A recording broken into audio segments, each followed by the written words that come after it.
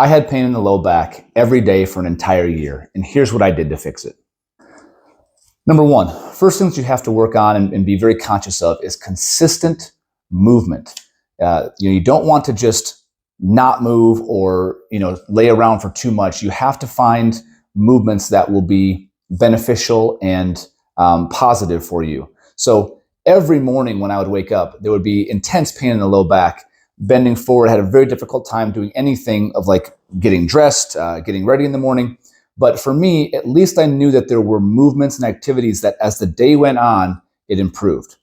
So that leads me into number two. The second thing that I did was I found a directional preference. Most lumbar, even cervical, like spine type things have a directional preference. One movement, one direction, certain things that you can do that will help not only reduce the pain, but it'll help improve, the other motions in all the other directions. So one way to do that, to kind of figure it out, is to experiment a little bit. In the lower back, most people will have directional preference in either bending forward or bending backwards. So for me, it actually was a quite surprising. I normally, from previous low back issues and pain, responded to an extension movement, which would be typically a lying on your stomach with extension and lying. But as I attempted that and tested the ones that used to work in the past, they were not working for me. They were making things very steadily worse, giving me some red lights and telling me to not go that direction. So for me, it ended up being flexion or bending, knees to chest, flexion and sitting, flexion and lying. And I can demonstrate those for you here right now, so you can kind of see what I'm talking about. But you'll probably find benefit, or at least answers. You'll at least find answers in one of those two directions for a lumbar disc or a low back type pain. So with exploring those directions, the first two that I would look into would be either unloaded, or taking your body weight and gravity away, extension, or flexion.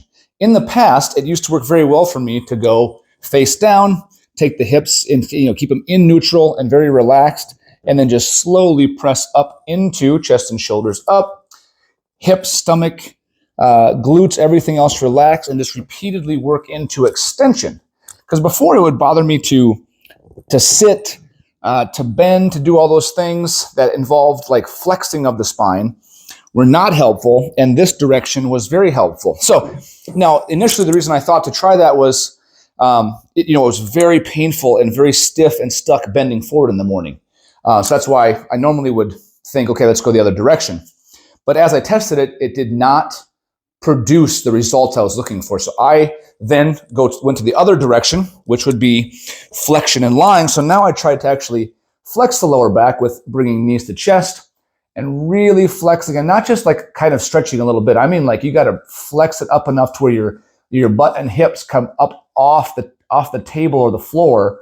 So you really got to flex far with using this flexion and lying movement to test it. Sets of 10, sets of 20, but lots of them throughout the day. Now, when I would do that, at first it'd be stiff, but then I'd actually find that I could, bend and move easier. So that was a big clue and a big, aha moment where I need to keep moving, consistent moving, number one. But number two, there's that directional preference where I need to stay, either flexing and standing and really working down into bending, or flexing and lying, taking my body weight and gravity away.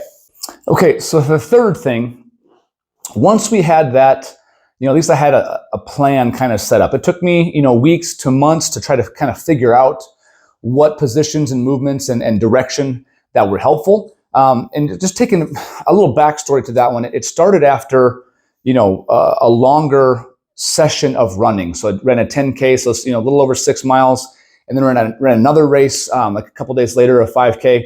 So that load of running, and it was something that my body had not been prepared for. I hadn't trained very well for it. I just went out and ran it. And that load, that pounding, is what I believe have been the start or the cause of that pain for me.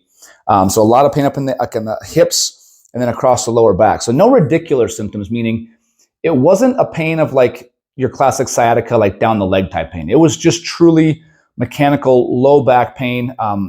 Central lower left, the left side was worse, with the loss of motion first thing in the morning, but in general, movement, walking activity, specific stretches and loading activities felt better.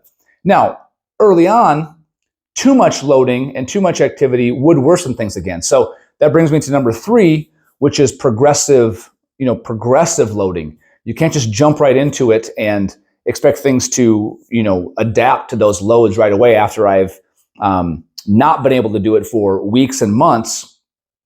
My tissues were not able to accept and tolerate those increased loads, meaning weight across my back for like a squat.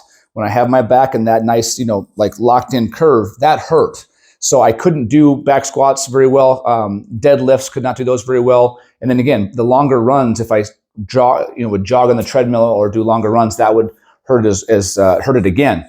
So I had to reduce the load, but I did not reduce the overall activity. I still did my workouts and activity, and I always began and ended with those stretches that were helpful for me.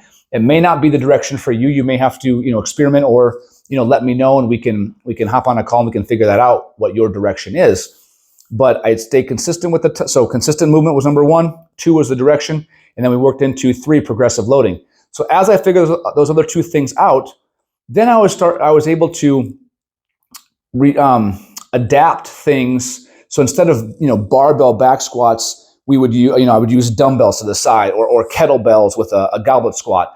And I would increase the load on those until I was able to come back to, light barbell back squats. Maybe it was just, 135, so 45s on the bar, and then higher reps. And as I increased the reps and increased the tissue tolerance and load tolerance to my spine and my disc and all the rest of the tissues around there, then we were able to bring it back up again to now, post, over 1 year and a half, 2 years later, I'm doing all those things as normal now. So regular back squats, deadlifts. I've still switched to a sumo style deadlift as opposed to a traditional deadlift, meaning the feet and knees are kind of more flared out and the hands are in front. I've got other videos to that as well, I think, in the channel. But that allows me to keep my back a little bit more in neutral, and I can sink my hips down. I just have preferred doing the deadlifts in that style or technique now as opposed to the traditional deadlift style. So those are the 3 things that I did, and it took time. It's consistency over time. But what I didn't do, a couple things that I did not do were to, over catastrophize the injury and the pain, thinking, okay, well now I'm broke. My spine is completely trashed. It's gone. I've wrecked my back. I'll never be the same. I shouldn't do anything. I should just, lay down and accept my fate. I didn't over catastrophize. I also didn't stop movement completely. There were certain activities that I stopped or modified, but I did not stop movement completely. I stayed active. I just had to find the right direction and the right loads. And then number 3, I didn't go at it alone, right? I mean, I didn't just like crawl into a hole and like shut down and just say, go at it alone, that it's only me and no one else has this problem.